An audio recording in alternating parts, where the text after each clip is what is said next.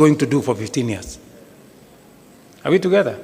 Yes, that's how innovation works. How are we building Bomas? Have you seen any budget have you seen any approval of any line of budget in Parliament for Bomas? We are building Bomas using the tourism levy. Tourism levy has never done anything for this country for the last 30 years. Nothing. Kuna kitu mara sijui nini, naenda kusponsor kitu moja hapo, naenda kusponsor pale, nagawiwa sijui waziri achukue pesa ngapi, sijui nani achukue pesa ngapi. Today, that money is building Bomas.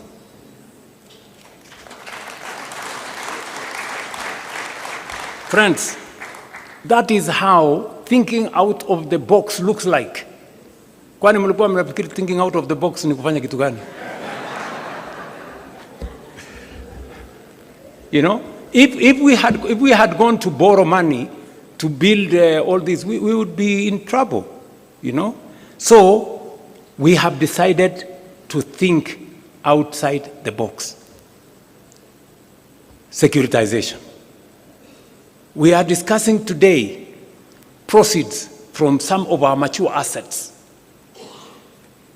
When we discussed about selling a stake in Kenya Pipeline, many people said, oh, you want to sell the family jewel, or you want to sell this.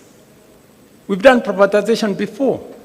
We privatized Kenya Airways, we privatized KCB, we privatized Safaricom, we privatized I don't know which company.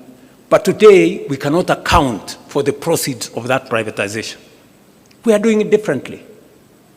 And that is why Parliament passed the National Infrastructure Fund. It is not an experiment, as I said yesterday. It is what other countries have done. It's what India has done. It's what the UK has done. It's what Ghana has done. It's what South Africa have done. And that is the way to the future.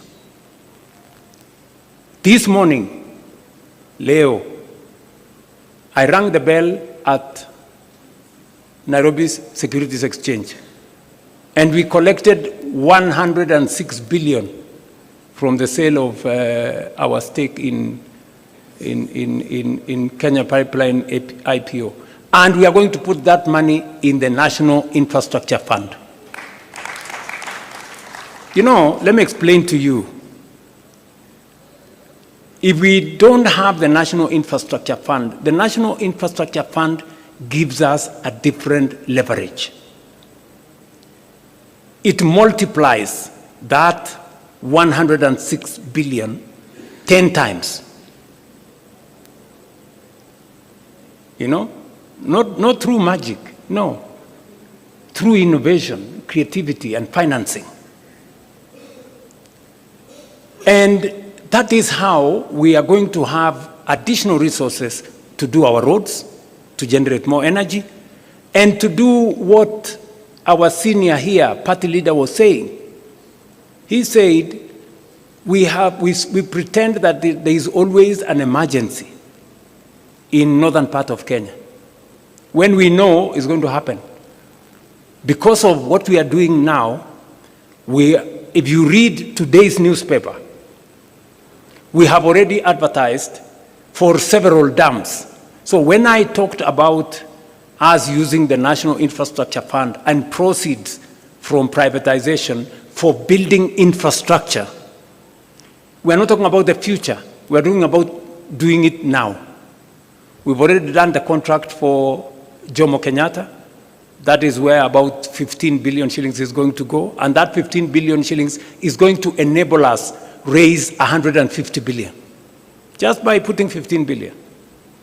It's the same thing we are going to do with the dams. If you check today, we have already advertised several dams, because that is how we are going to cure the problem of food insecurity.